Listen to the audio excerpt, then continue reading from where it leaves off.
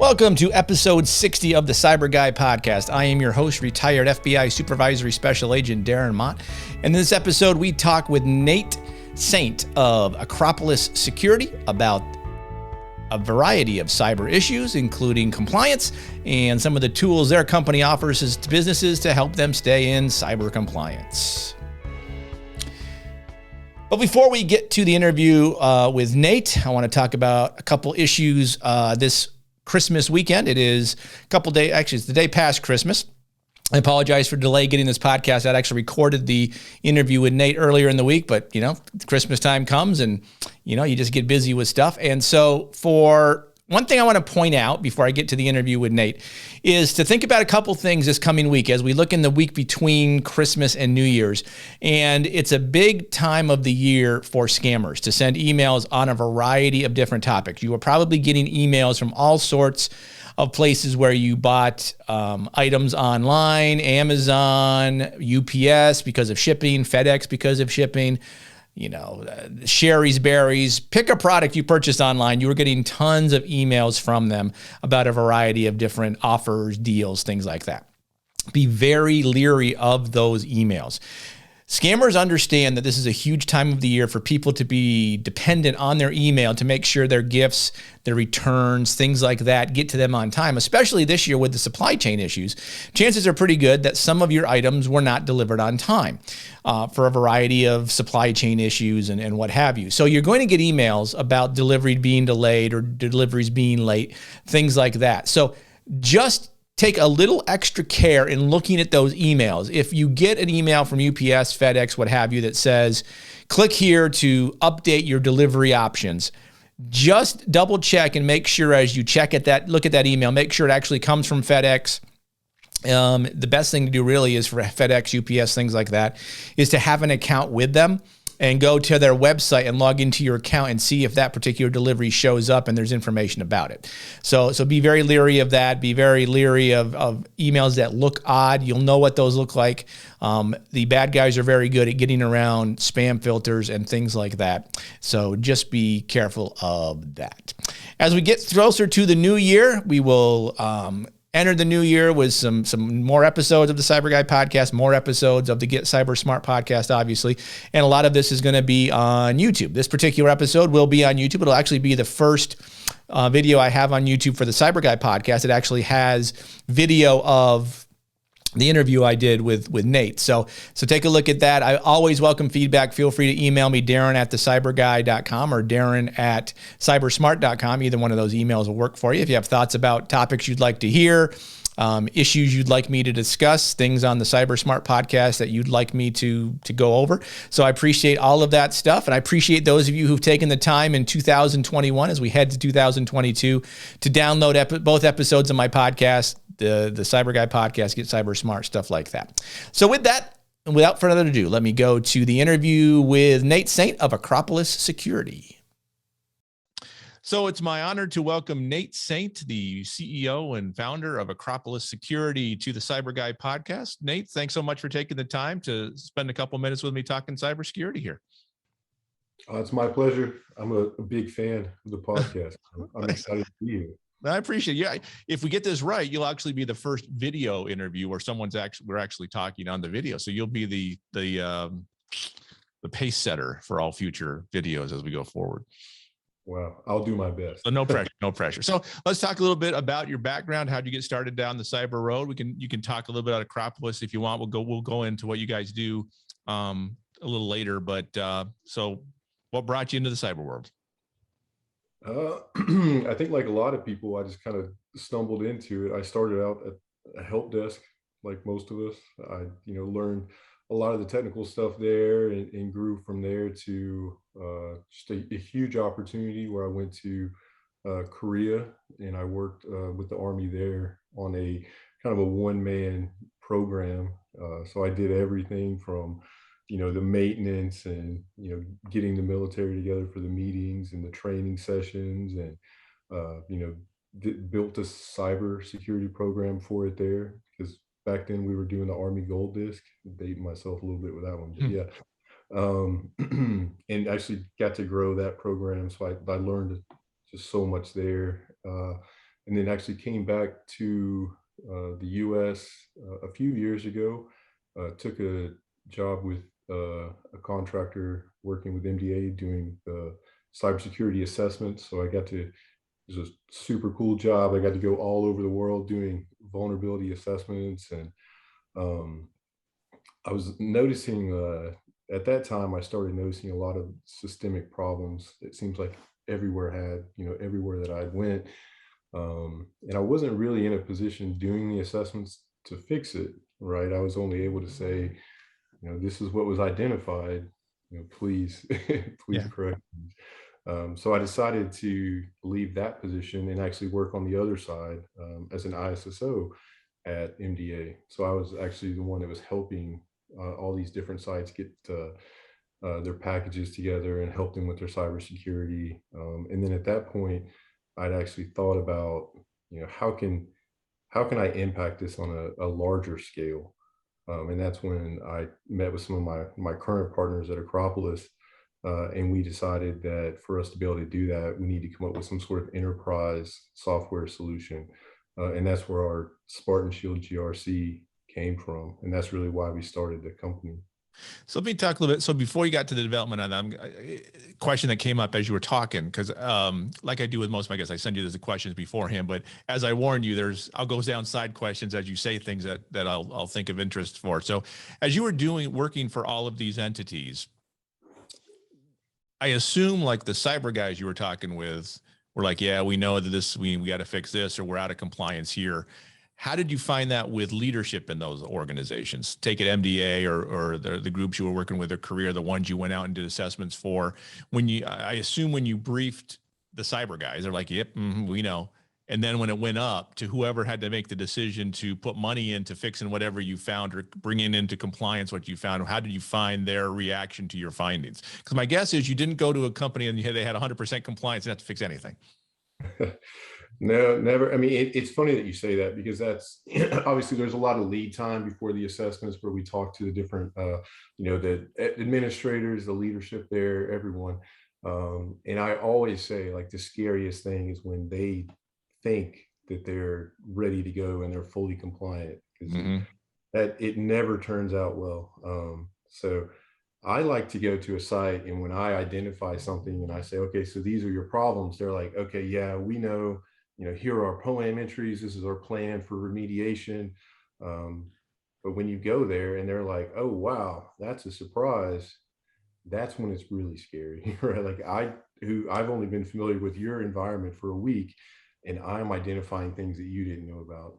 That's bad news. And then, like you say, leadership is,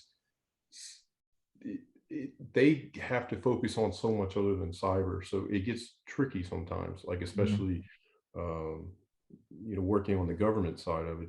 You talk to them about, these are things that we really need to focus on, and they're like, the contract mods have to take effect sometimes, and resources that they have, and cyber especially is really difficult because it changes so much so quickly.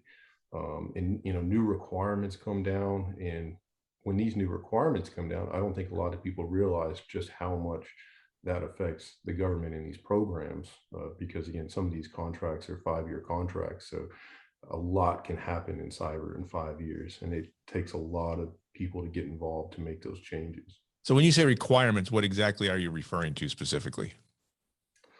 Well, a lot of times with the government specifically, you look at task orders that come out, so one of the most popular ones is the 1719 task order, right? Where originally they had to scan monthly, but now there's a 2020 task order that actually says that they need to scan weekly. So when you look at, that's a big requirement change for the government to enforce on contractors that they may be on a contract that's so old that they don't even have the monthly requirement. Right. Yeah, it's tricky. So let's talk about your tool, the Spartan Shield. What's it do? What is it? Who's it designed for? And how'd you come up with the idea for it?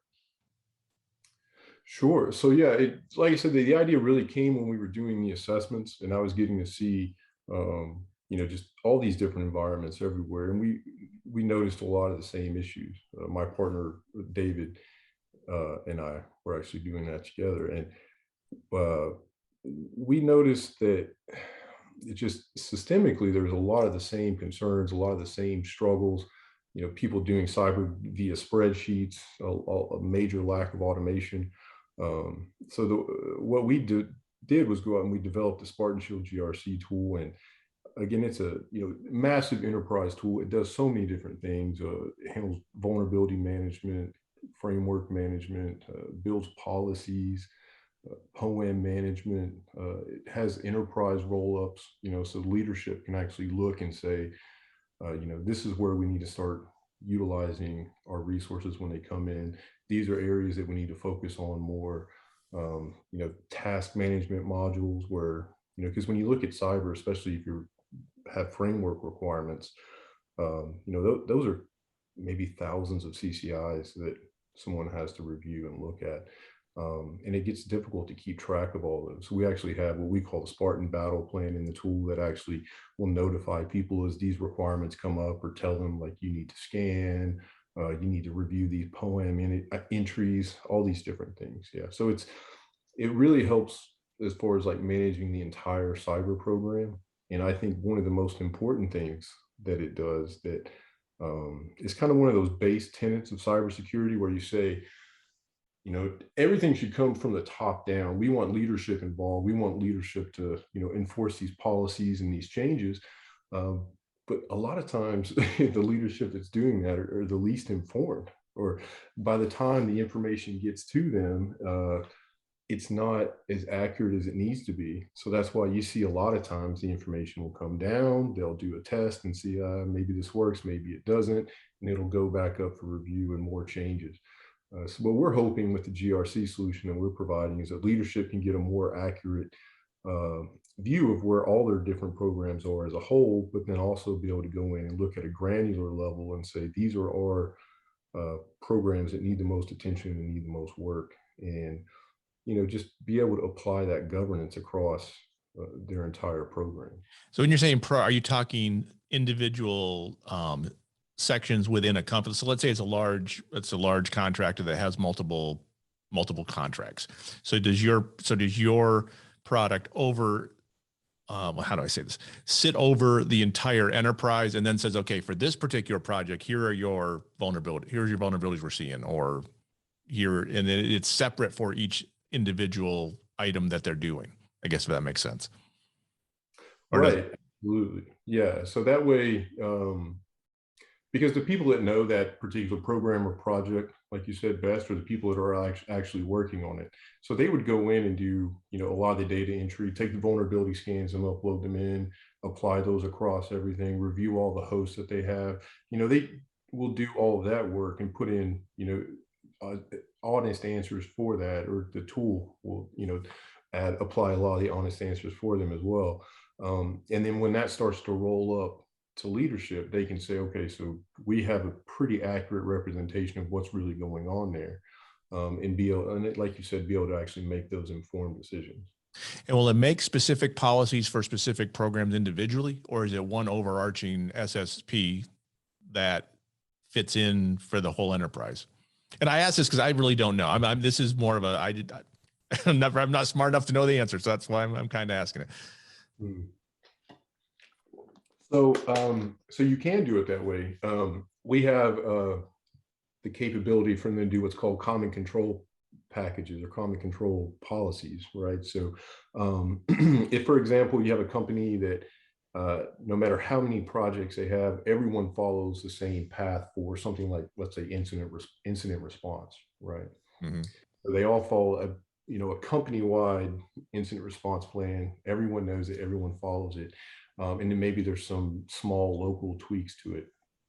So the company can say, well, from a common control perspective, we all do this way. And then that way it takes that burden off of the individual programs, because you're only doing it once at the enterprise level versus everyone going in and answering all those questions at a much granular project level. And that way you also have standardization too. So as you know, I talk about risk a lot on this podcast, and I have a tagline: assess your risk. Understand your threats, assess your risk, proceed wisely. you're taking the vulnerability piece of the risk calculation, correct? That's what you're helping companies look at what their vulnerabilities are. So when a threat comes at them, then ideally, if they know what their vulnerabilities are, they've been able to patch them or at least assign a risk value that determines whether or not that vulnerability, if they don't get to it, will be a big risk or hopefully be a small risk where, because I would assume, and correct me if I'm wrong, most companies, when they look, they use your tool and they find all of these areas that they have risk because they're vulnerable, they don't have things in compliance. It's going to take them a while to get to all of them. They're not going to get to all of them tomorrow and be done with it. So it's going to take them a while to get through. Okay. Because my guess is, like you said, you're not going in and everybody has 100% compliance. Oh, you're good. It's all good. And even if they get to 100% compliance today, by tomorrow, 3 things are out of whack because there's patches or log4j comes through or whatever. So do they then look at those areas I assume your tool comes out and says, here's your vulnerable areas, right?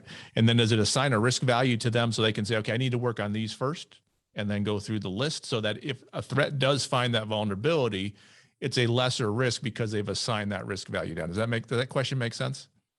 Sure. Yeah. So there's a couple different ways that we do that and a couple different ways to answer that. So vulnerabilities specifically don't necessarily have risk values to them. They have like severity values, right? Right. So we would say this vulnerability is a very high severity vulnerability. This one's a high, moderate, low, and so forth. So obviously, the tool prioritizes those for them. So obviously, they would want to work on the very highs first, right. Or besides vulnerability scans, it also accepts STIGs. Like, so the STIG CKL is a checklist. You can upload those as well. So your Cat 1 vulnerabilities, Cat 2s, Cat 3s, right? So again, it's helping you prioritize what you should fix first. And then at that point, it applies them, if they're not remediated within a certain amount of time, it applies them to the POAM, right? The plan of action and milestones. And at that point, that's when they go in and they actually do their risk assessments. Okay. Where they put in their likelihoods and the impact, things like that. And then they determine, okay, so this, based on the severity of the vulnerability, this is a very high, however, this particular program has no outside access. It's closed off. It's a closed restricted network, for example. So the likelihood that anyone's going to be able to capitalize on this vulnerability is lower. So we're going to take it and drop it from a very high to maybe a moderate because of that. Yeah, things like that. And then they also do their risk assessments via the what we call the audit capture portion, where they're actually going through their framework requirements. And if they're non-compliant on a particular control or CCI or something like that, they would actually go in and do the same thing with the likelihood, what the impact is to them, or what they propose it would be, what they estimate it would be. And they can change the severity values of the controls based on that as well. So it does allow them to go in and assess risk and determine, this is not as scary as it looks for us at this time. So when you come into a company, you don't have to out any of your clients. Obviously, you wouldn't want to do that. I want to ask you to do that. But have you found that you have to give you, if you can give a percentage, great. But how many of your clients, when you went in, they had no security plan to start with? So your tool helped them build one, which they needed to have anyway. Or how many of them had one that needed improvement that your tool then kind of corrected for them and made them compliant under all the DFARS or whatever program that they're trying to comply to? So it does. It's making a pretty big impact on the customers that are utilizing it right now. The thing with the tool, though, is it's allowing companies specifically to make the most of companies or entities, for other clients that we have, but it's allowing them to make the most of the people that they have. Mm-hmm. Because everyone talks about the cyber personnel shortage and how difficult it is to get cyber personnel. So you really want for the team that you have to be as efficient as possible. And again, that's kind of what the tool does from the very beginning. I mean, you have the battle plan. So when that user goes in, it's all role based, right? So it depends on what that user is doing. If he's a technical analyst, for example, all the way up to an enterprise manager, but it'll break down like, okay, so this week, these are all the things that I need to do. I need to go review all these POAM items. I need to do my scans or whatever the case may be. So it guides them through that, and then it automates a lot of the reports and exports that they have. A lot of the artifacts. It provides an easy way for them to do their policies. It makes it a lot easier for them to do their self-assessments because you have all your framework requirements right there. Whether or not as a company, you're complying with them or not, but also has your policy statements. So you don't have to sift through like 100 pages of policy to find one answer. So again, I mean, it's really about efficiency and just allowing companies and entities to make the most out of the personnel that they have. Great. So I'm going to change topics here. So in your experience moving from when you started in the cyber world to where you are now, how have you seen the cyber threat change? Like I can go back to, mid 90s with cyber threats and, an Israeli guy and two kids hacking the Pentagon up to, Mafia Boy in the early 2000s, intellectual property, blah, blah, blah. How have you seen it in your perspective? How have you seen the threats change?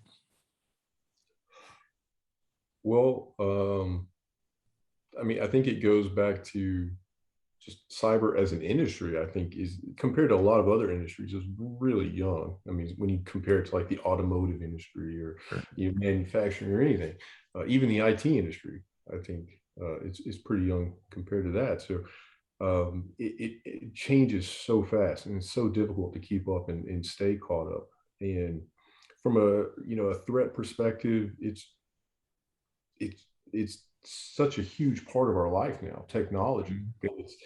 I mean, one of the things that I think is going to start really becoming a problem is just not necessarily, I mean, maybe somewhat for corporations and things, but just the Internet of Things, where people are so dependent on them in their house, or someone could hack your house and you can't even turn your lights on, Right. You have your smart bulbs. I mean, they're ordering $1 million worth of stuff from your Alexa without you knowing it.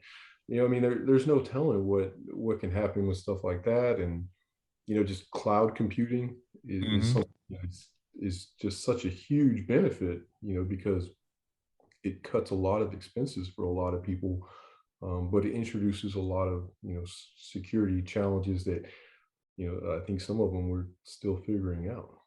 Yeah, it's funny you say that because I had a company call me once and asked me, hey, do you have any documentation, any threat reporting I can give to my bosses to let them know that we shouldn't be putting these smart speakers on our network? This is a clear defense contractors. They had people with Alexa devices hooked into the network at work so they could listen to their podcast or whatever.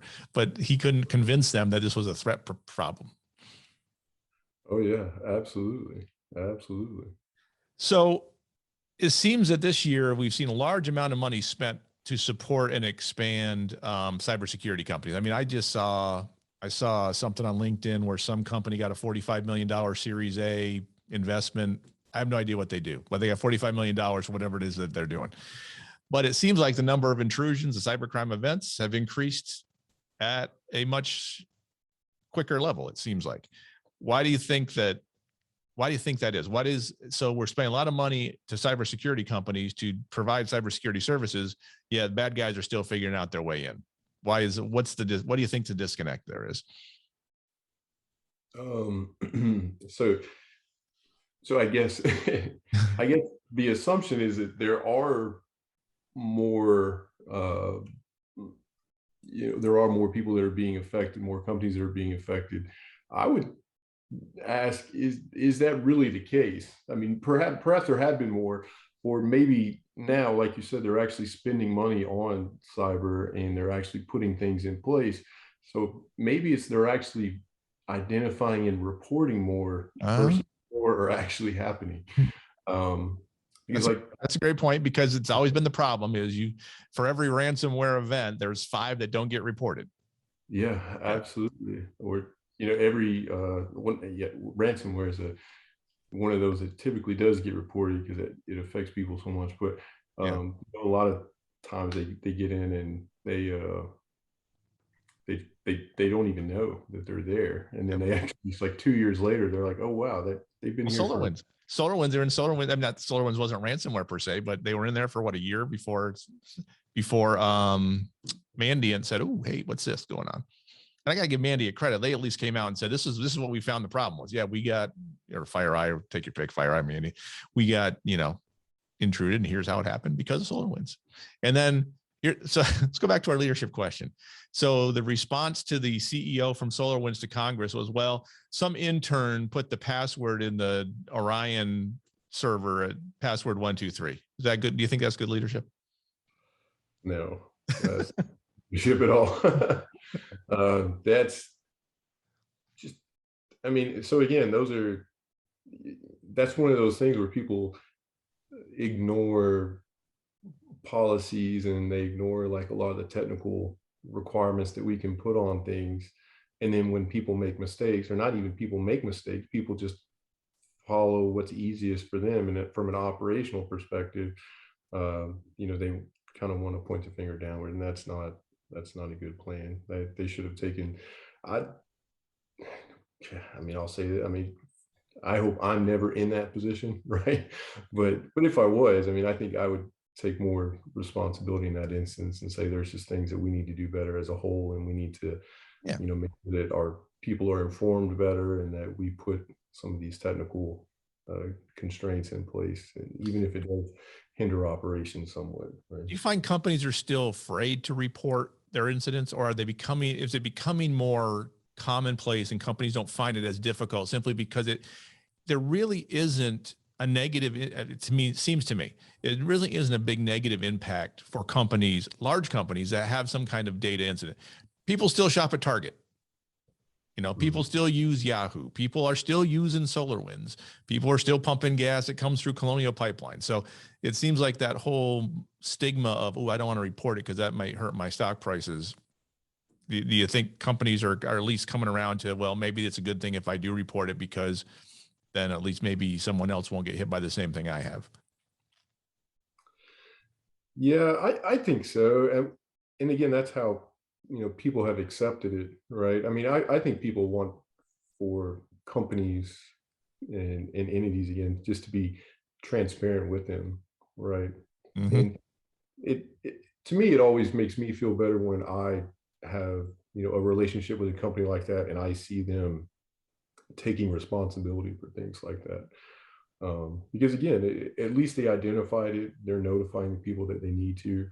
And my assumption is that they're going to use it as an opportunity to get better and make changes that they need to make. Well, my argument is it can help everybody get better. That's why if we just had I'm sure you've seen me post this on LinkedIn a billion times, but if we had the cyber safety review board went into Colonial Pipeline, said, here's what happened. We know it was a VPN they hadn't closed off or something. Okay, fine. We know that part. But what happened once the bad guys got in? And we don't know anything beyond the method of intrusion. So just things like that for me, I think would be very helpful for helping everybody hey, this is a problem I need to fix myself, and this is what I can look for. But I'm a broken record on that. So, so if you had a crystal ball, what do you predict? And I wrote this question pre-Log4j. So take Log4j issue out of all of this, because that's going to be a problem in 2022 for everybody. But if you had a crystal ball, what would you predict we can see from a threat perspective in the coming year? Do you think it's going to be, is things going to be pretty much the same? A lot of ransomware, a lot of business email compromise, China's still going to steal intellectual property, Russia's going to do what they do? Or do you think there might be something larger coming down the pipe? In like 2022 specifically? Yeah, you can go 2022, 2023, maybe say the next 2 or 3 years. You can look to AI becoming more prevalent and quantum computing coming around the bend and 5G hitting. Take your pick. Take the threat perspective you choose best. Oh, well, quantum processing scares me, I think, the most, because there's going to be that delay between when quantum processing is available and when quantum encryption is a real thing. And in that time frame that it takes for that to happen, whoever actually has that hardware first, they have the keys to everything pretty Mhm. much. And there's very little that they won't be able to do. So I think that's pretty scary. And I hope that that delay between that and quantum encryption is not long for all of us. Right? You think passwords will have to go away as a method of verification simply because quantum computing will be able to crack them so quickly, regardless of length? Yeah. And I I don't know agree. what the solution is around that, biometrics, or I don't even know if that's great, but I do kind of like what Microsoft's doing, where you don't have to use a password, but you get the thing on the app and it says, pick which number is this, which I guess from a security perspective, I'm not all bought into, simply because it only gives you 4 choices. And if I'm a bad guy, I got a 25% chance of clicking the right one, I'm getting into that person's account. That's probably a problem, but what do I know? Yeah, yeah. I mean, multi-factor is definitely something that can help negate some of that. But I mean, if they get in and they utilize it to just break down encryption on files or hard drives Yeah. that they have access to, like I mentioned earlier, like the Internet of Things. I mean, as people bring more technology into their house, um, you know, my house is not a major company, right? So I don't have quite as much protection from a cyber perspective in my house as a lot of these major entities do. But there's still a lot of information, personal information that people can get, and that's something else. Like, I mean, you see the ransomware attacks, but they're targeting entities like state government level, hospitals, schools. They don't necessarily have huge cyber budgets, but they have valuable information. It's like a conversation I had with a friend of mine not too long ago was why would you try to hack the DoD or the Arsenal when you can hack a local DMV and pull Right. people's PPI that way, or Sure. PI, sorry. Yeah. Um, and the bad guys are getting smarter, and they're getting more tools in their tool belts as well. So, and again, and they can play the long game from a time perspective. They can spend months or even years trying to get into something. So they can play that long game, and then when they actually do get in, us on the cyber side, we have a very small window to catch and mitigate and maintain. Hmm. What's going on. So uh, it's Yeah. like the more technology, the more we're going to have to think about it and worry about it. But there's a lot of smart people out there, so Yeah. uh, I think we're all going to be okay. Well, hopefully, I mean, it's for me, for my big thing, and you've heard me say this, is about education. But I have contacted several school districts with points of contact that friends have given me to say, hey, I'm trying to develop this educational thing for schools. I can't even get a response back. Like, you can't, and I can't give away cyber education. I think that's the big issue, is people just, again, they don't think it's going to happen to them. That's my fear. Right. Well, again, with I mean, entities like that, or even corporations, everything is a factor on a balance sheet a lot of Hmm. times. You Sure. know, they look at, well, how much are these assets worth? How much is this, information worth, this intellectual property worth to us if it was to be taken? And if the cost to protect it ends up being more than the value of it, it's hard for them to rationalize adding those protections. Good point. So let's talk about your company. I'm always impressed by folks who go out on their own and are entrepreneurs and create their own companies, because I just don't have the business mindset to be able to do it myself. But what made you think to create your own company? How'd you do it? And how's it going? So, well, again, it was when we were doing the assessments and we were seeing these systemic problems, but not being in a position to actually, affect change for it.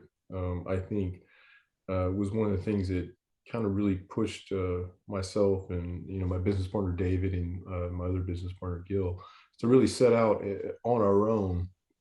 And again, like, to be able to do that, we designed this the GRC solution that we discussed earlier, because Mhm. that's a way for us to impact these large organizations at an enterprise scale at a very high level, and let that change affect the entire organization. So that's how, and it was not necessarily what we intended to do. If I, you know, 3 years ago, if you would have asked me if I'd be a business owner, I would have said, no, I don't think so. I don't know why I would. We just kind of fell into it, really. But it's exciting. I mean, me personally, I love to learn new things every day, and new challenges, and be able to make progress, just from a personal level. And this is definitely allowing me to do that. I absolutely learn something new every day. And this is a great town for it. I mean, really, you probably couldn't have picked a better spot in the country because everybody's so compacted together and everybody knows everybody. So it's very easy for you to get introductions because you know people. And so a question that just came to me. So a lot of people that I think listen to the podcast are maybe, novices in the cybersecurity world. I know I have some nephews and nieces that listen, who may be thinking about going into cyber. So if you had to tell someone who wanted to get in the cyber world, is the degree more important, or is the certifications more important, or is there a mix in between those two things? That's one of the things. I don't know that there's a right or wrong answer for that. I think personally that from a cyber perspective and an IT perspective, I think it's better to get the certifications and get the on-the-job training as soon as you can. Not that I would deter anyone from going to school. If that's a great thing to do as well. Mm-hmm. But with cyber and IT specifically, I think the sooner you can get your hands on the equipment and do some self-learning and on-the-job training, getting the certifications, I think the better off you'll be. I'm going to out my son here for anybody listening, because I know he doesn't listen, so he won't hear me say this. But so he went to UAH, got a degree in cybersecurity, but he didn't get his Security Plus or his Net Plus in the two classes that he could have got it in because he didn't test into it. Like there was, if he did test, he could have tested and got their certification at the end of the class. He just didn't study hard enough. So that's stupid, but what are you going to do? So, I mean, I would say, it's good to see that schools are going that route, realizing that there's all these additional value we can provide to these classes that will help them in the real world. Yeah, absolutely. And what you just said, I think is interesting, because I always tell people that, obviously, mostly people talk to me about cyber IT, but I tell them any career that you're in, the key is really making the most of the opportunities that you get. Mm-hmm. Because I've taken on multiple jobs where I was kind of in over my head when I first started, and then I just applied myself and made sure that I learned everything that I could from that position, and again, just took the most from that opportunity that I could, and it's paid massive dividends for me from a career perspective and from a personal improvement perspective. That's great. So if someone who's listening to this is interested in your tool, how do they get in touch with you or Acropolis Security to get more information? So they can go to our website, acropolissecurity.com. They can find me on LinkedIn. I'm pretty active on LinkedIn. Yeah, that's probably the easiest two ways. All right. Well, Nate, I greatly appreciate you taking the time. I know it took us a little while to get this scheduled up. I hope you're feeling better, and I appreciate you coming in and talking a little bit about what you guys do. I enjoyed it. I can't wait to actually see it. And I would love to come back in the future if you'll have. Okay, absolutely. We'll do it. Great. Thanks. You. So once again, I want to thank Nate Saint of Acropolis Security for joining me on the CyBUr Guy podcast. As always, if you have thoughts, comments on the podcast itself or the YouTube video, feel free to drop me a line in the YouTube comments. Send me an email, Darren@thecyberguy.com or Darren@cybersmart.com, cyber spelled CYBUR. And I will absolutely respond to any email I get. I appreciate the emails of people that email me and let me know they're listening and things like that. But until next time, we will see you in 2022 with more episodes of the CyBUr Guy podcast and the Get Cyber Smart podcast. Know that knowledge is protection. If you understand the threats that are targeting you, you can assess your risk online, and you can proceed wisely. Stay safe into the new year. We will talk to you soon. Thanks a lot.